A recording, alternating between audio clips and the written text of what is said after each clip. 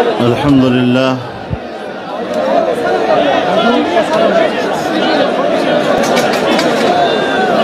الحمد لله وكفى وسلام على عباده الذين اصطفى لا سيما على سيد الرسل وخاتم الأنبياء وعلى آله وصحبه ومن بهديه مهتدى أما بعد فأعوذ بالله من الشيطان الرجيم بسم الله الرحمن الرحيم يريدون ليطفئوا نور الله بأفواههم والله متم نوره ولو كره الكافرون صدق الله العظيم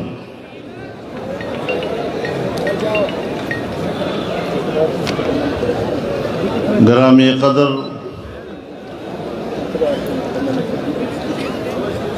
امیر عالمی مجلس تحفظ ختم نبوت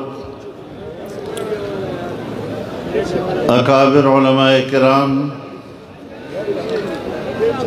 مشائخ اعظام بزرگان ملت میرے دوستوں اور بھائیوں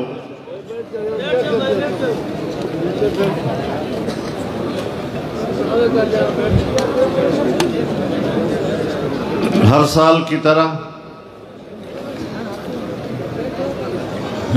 اس سال بھی یہاں چناب نگر میں اس عظیم الشان ختم نبوت کانفرنس کا انعقاد ہوا ہے۔ میں اس کی کامیابی پر آپ تمام حضرات کو مبارکباد پیش کرتا ہوں۔ ایسے کانفرنسوں میں آپ کی شرکت اور آپ کی دلچسپی دنیا کو یہ پیغام دے رہی ہے کہ پاکستان میں قادیانیت کا عنصر دوبارہ سر نہیں اٹھا سکے گا۔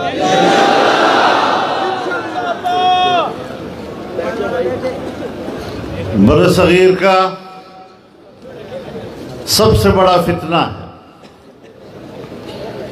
اور اس فتنے کی سرکوبی اگر دنیا میں کہیں ہوئی ہے تو یہ شرف پاکستان کی پارلیمنٹ کو حاصل ہے، اور انشاءاللہ العزیز یہ تاریخ کے اوراق پر ایک ایسا نقش ہے کہ جسے آنے والا مستقبل کبھی بھی محو نہیں کر سکے گا۔ اللہ تعالی اپنے دین کا محافظ ہے اور ختم نبوت کے عقیدے کی حفاظت بھی اللہ نے ہی کرنی ہے۔ ہم تو ایک سبب کے طور پر استعمال ہوتے ہیں۔ اگر اللہ نے ہمیں اس مقصد کے لیے چنا ہے تو ہمارے لیے اس سے بڑی خوشبختی اور نہیں ہو سکتی۔ ہمیں اس پر اللہ کا شکر ادا کرنا چاہیے۔ اللہ اس پر قادر تھا اور ہے کہ ہمیں فاسق فاجر کے گروہوں میں جا کر بٹھا دے، ہمیں ڈاکوں اور غنڈوں کے گروہ میں جا کر بٹھا دے، لیکن اللہ نے ہمیں علماء کا ماحول دیا ہے، دینداروں کا ماحول دیا ہے، اہل علم کا ماحول دیا ہے، اور روحانی طور پر ایک خوشبودار اور خوشگوار ماحول دیا ہے۔ اللہ تعالی زندگی کے آخری سانس تک ہمیں اس ماحول سے وابستہ رکھے۔ میرے محترم دوستو،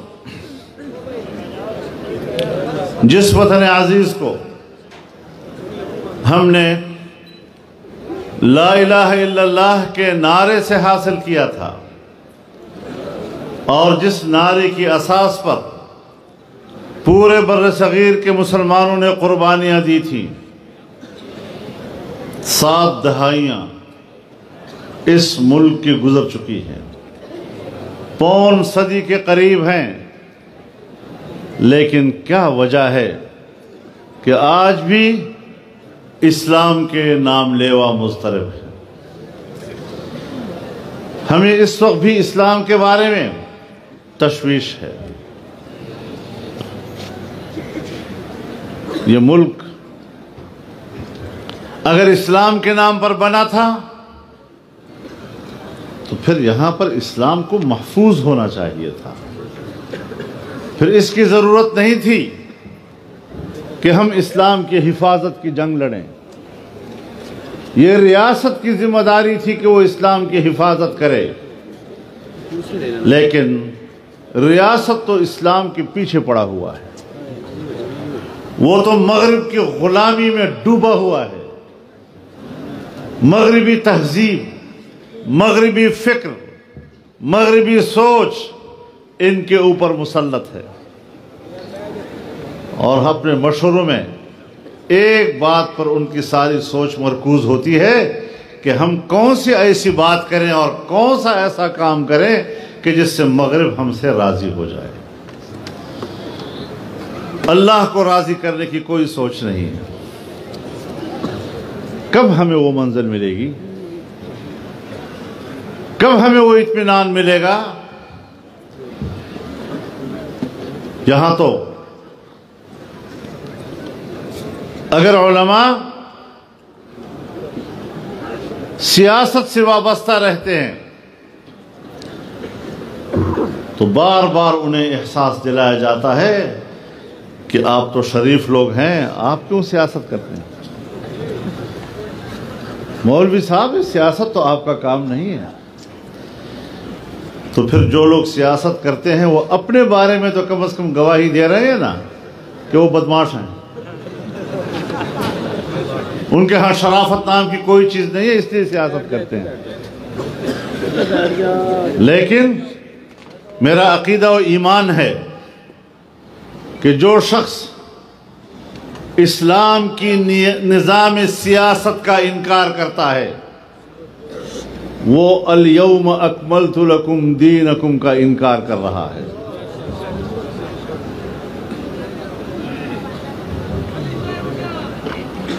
دین اسلام انبیاء سے ہوتا ہوا جناب رسول اللہ صلی اللہ علیہ وسلم پر آ کر مکمل ہوا ہے، اور اللہ تعالی نے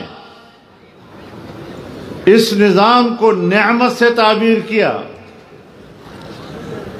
اور اس طرح نعمت تمام کر دی ہمارے اوپر۔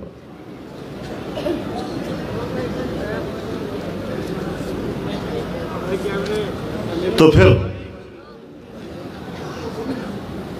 کیا سیاست انبیاء کا وظیفہ نہیں رہا ہے؟ جناب رسول اللہ صلی اللہ علیہ وسلم کا ارشاد ہے، کانت بنو اسرائیل تسوسهم الانبیاء کلما ہلک نبی خلفہ آخر ولا نبی بعد۔ بنی اسرائیل کے انبیاء سیاست کیا کرتے تھے، یعنی ان کی مملکتی اور اجتماعی نظام کی تدبیر اور اس کا انتظام و انصرام کیا کرتے تھے۔ ایک جاتا تھا، دوسرا اس ذمہ داری کو سنبھالتا تھا، اور اب یہ ذمہ داری میری ہے۔ اور ولا نبی بعدی، رسول اللہ صلی اللہ علیہ وسلم نے کلما ہلک نبی خلفہ آخر، اس کی ذیل میں فرمایا ولا نبی بعدی، اب میرے بعد کوئی نبی نہیں ہوگا۔ تو ختم نبوت تو سیاست کے ذیل میں ذکر کیا ہے، اور آپ علماء کرام ہمیں کہتے ہیں یہ غیر سیاسی موضوع ہے، یہ سیاست سے بالاتر عنوان ہے۔ میں کہتا ہوں ختم نبوت ہی تو ہماری سیاست کی اساس ہے۔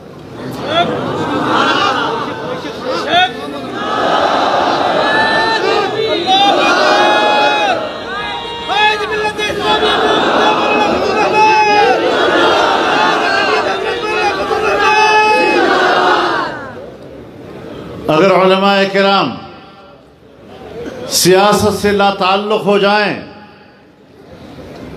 کمروں اور حجروں میں گوشہ نشینی اختیار کر لیں، تو پھر دین ایک نامکمل صورت میں امت سے امت کی طرف منتقل ہوگا، ایک نسل سے دوسری نسل کی طرف منتقل ہوگا۔ اس کو مکمل بنائیں، اور علماء کرام ذرا اپنے اندر ہمت پیدا کریں۔ میں ایک دفعہ ڈیرہ اسماعیل خان میں ہمارے مخدوم حضرت مولانا سید ارشد مدنی دامت برکاتہم تشریف لائے تھے۔ وہاں حضرت شیخ الہند سیمینار تھا، اور اس سے انہوں نے خطاب کیا، اور اس اجتماع میں انہوں نے حضرت شیخ الہند رحمہ اللہ کی یہ بات نقل کی کہ وہ فرمایا کرتے تھے کہ جو علماء محراب میں بیٹھ کر اور حجرے میں بیٹھ کر دین کی اس خدمت کو اپنے لیے کافی سمجھتے ہیں، وہ دین کے خادم نہیں، وہ دین کے دامن پر بدنما داغ ہے۔ حضرت شیخ الہند کے نام لیواؤ، میں نہیں کہہ رہا، ان کے گھر کا بندہ کہہ رہا ہے۔ شہد شاہد من اہلی،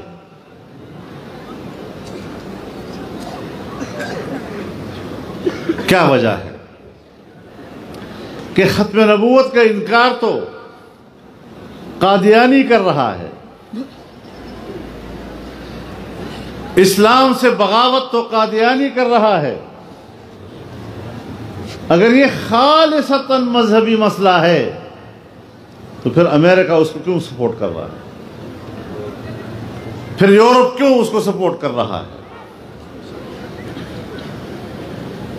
ہمارے حکمران کیوں سپورٹ کر رہے ہیں؟ قادیانیت کو سپورٹ کرنا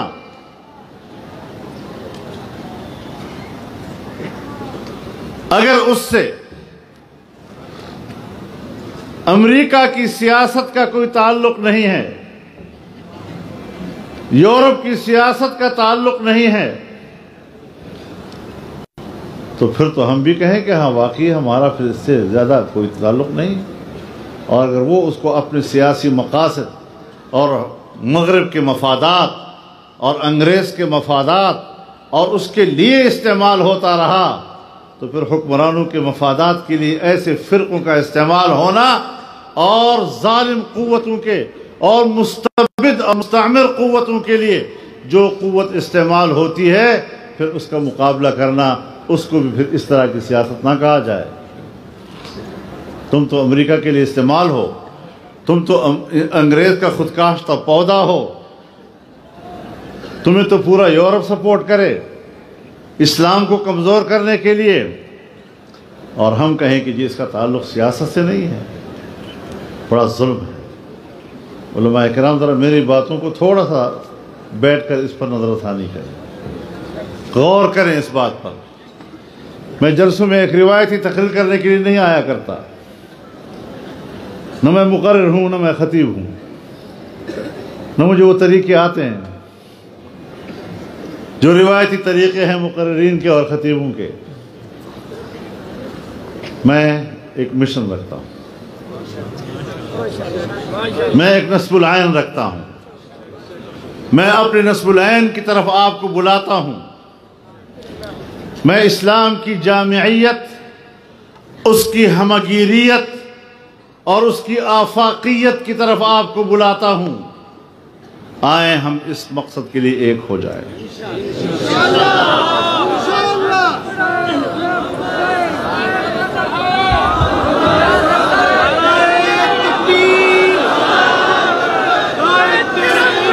ہمارے آج کے حکمرانوں کو جس راستے سے ہمارے اقتدار کے ایوانوں تک پہنچایا گیا، یہ مفت میں نہیں تھا، یہ ایک ایجنڈے کے ساتھ تھا۔ اس ایجنڈے میں قادیانیوں کو دوبارہ مسلمان قرار دینا، اس ایجنڈے میں انسداد توہین رسالت کے قانون کو ختم کرنا، توہین رسالت کے مرتکب لوگوں کو جیلوں سے نکال کر آزاد کرنا، اور آج بھی تحریری طور پر مغرب کی طرف سے جو خطوط آتے ہیں، ان کی رپورٹس آتی ہیں، وہ سب یہ باتیں کہہ رہے ہیں۔ تو پھر ایسا کیوں نہیں ہو رہا؟ اب تک حکمران ایسا کیوں نہیں کر پائے؟ میں اللہ کا شکر ادا کرتے ہوئے آپ کے سامنے یہ بات کہنا چاہتا ہوں کہ یہ نہیں کہ وہ نہیں کرنا چاہتے، الحمدللہ ہم نے کرنے نہیں دیا، ان کو اس میدان میں شکست دی ہے۔ نعرہ تکبیر، نعرہ تکبیر، جاری ختم نبوت۔ اور میں آج بھی اپنے حکمرانوں کو اس اجتماع سے پیغام بھیجنا چاہتا ہوں کہ جو عزائم تمہارے اندر موجود ہیں واپس ہو جاؤ، ورنہ پھر انتہائی ذلیل اور ناکام انجام کا انتظار کرنا۔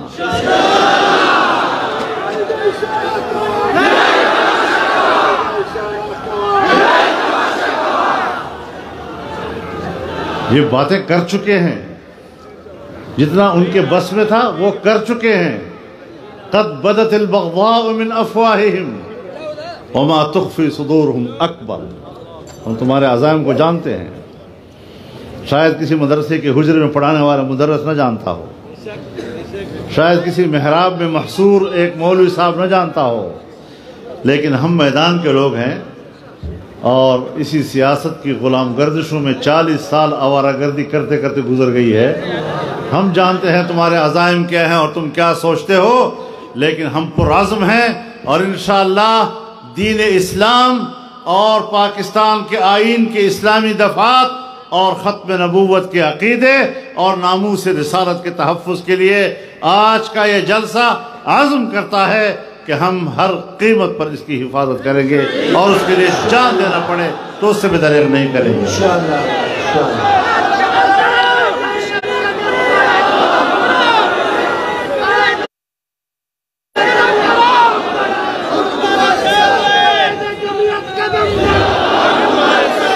میرے محترم دوستو، پاکستان میں آپ کو دو طرح کے لوگ نظر آئیں گے۔ کچھ لوگ ہیں جو اپنے آپ کو لبرل کہتے ہیں، سیکولر کہتے ہیں، اور ہم اپنے الفاظ میں ان کو مذہب بیزار کہتے ہیں۔ یہ طبقہ پاکستان کے خلاف بولے، یہ طبقہ پاک فوج کے خلاف بولے، یہ طبقہ پاکستان کے جرنیلوں کو گالیاں دے، تب بھی وہ محفوظ ہیں۔ اور اگر کوئی مذہبی تنظیم اس ملک میں اللہ کے دین کی بات کرتا ہے، اسے کالعدم قرار دیا جاتا ہے، اسے دہشت گرد کہہ دیا جاتا ہے۔ آج کل بھی آپ مناظر دیکھ رہے ہیں، یہ امتیاز کیوں ہے؟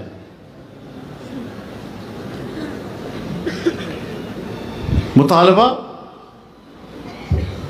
جائز بھی ہو سکتا ہے، غلط بھی ہو سکتا ہے، اس سے آپ اختلاف بھی کر سکتے ہیں، لیکن اپنے مطالبے کے لیے مظاہرہ کرنا آئین کے دائرے میں رہتے ہوئے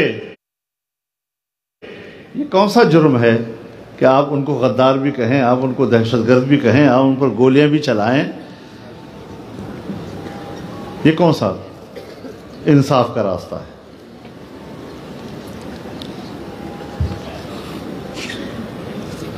تو انصاف والوں، پھر یہ انصاف کی تحریک نہیں ہے، آپ کے رویوں سے انصاف تاریک نظر آتا ہے۔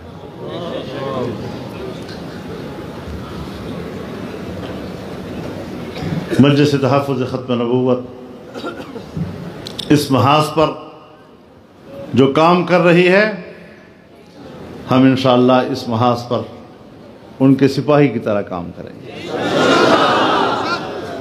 اور اس ملک کو ایک مضبوط اور مستحکم اسلامی مملکت بنانے کی تحریک کو آگے بڑھائیں گے۔ روسیہ صاحب ساتھ ہیں نا اس میں؟ یہ نہ کرو کہ ختم نبوت کے لیے ہم آپ کے ساتھ ہیں اور اسلام کے لیے پھر آپ ساتھ نہ ہو۔ انشاءاللہ ہم سب ایک صف ہیں اور ایک محاذ پر ہم نے لڑنا ہے، اور حکمرانوں کو اتنا بتا دیں کہ ہماری ایک تاریخ ہے، اور جب ہم اپنی تاریخ کا مطالعہ کرتے ہیں تو الحمدللہ ثم الحمدللہ آج اپنے تک بھی میں کہہ سکتا ہوں کہ ہماری تاریخ پر اور ہمارے اکابر و اسلاف کے قریب سے بھی خوف نہیں گزرا، اور ہم بھی الحمدللہ اپنے اندر کوئی خوف محسوس نہیں کرتے۔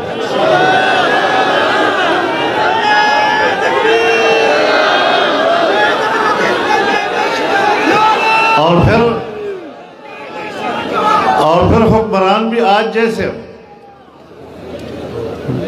ایسے حکمرانوں سے بھی آدمی ڈرتا ہے۔ ان کی شکلیں ذرا دیکھو، یہ ڈرنے والی ہیں اس سے کہ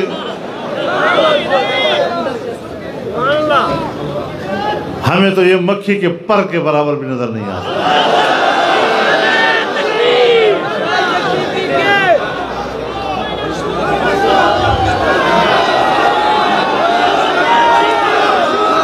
تو میرے محترم دوستو، انشاءاللہ اس محاذ پر آگے بڑھیں گے، اور اپنے عقائد کا تحفظ کرنا آپ کو سمجھانے کی ضرورت نہیں، اس کے لیے آپ اپنی تاریخ پڑھ لیں۔ آپ کی تاریخ آپ کے لیے خود ایک سبق ہے۔ آپ کی ماضی کی تاریخ وہ آپ کے مستقبل کی روشنی ہے، اسی میں ہم نے اپنے مستقبل کو طے کرنا ہے۔ اللہ تعالی ہمارے دین کا حافظ اور محافظ ہو، اور رب العزت ہمیں اس راستے میں خدمت کرنے کی توفیق عطا فرمائے۔ وآخر دعوانا ان الحمدللہ رب العالمین۔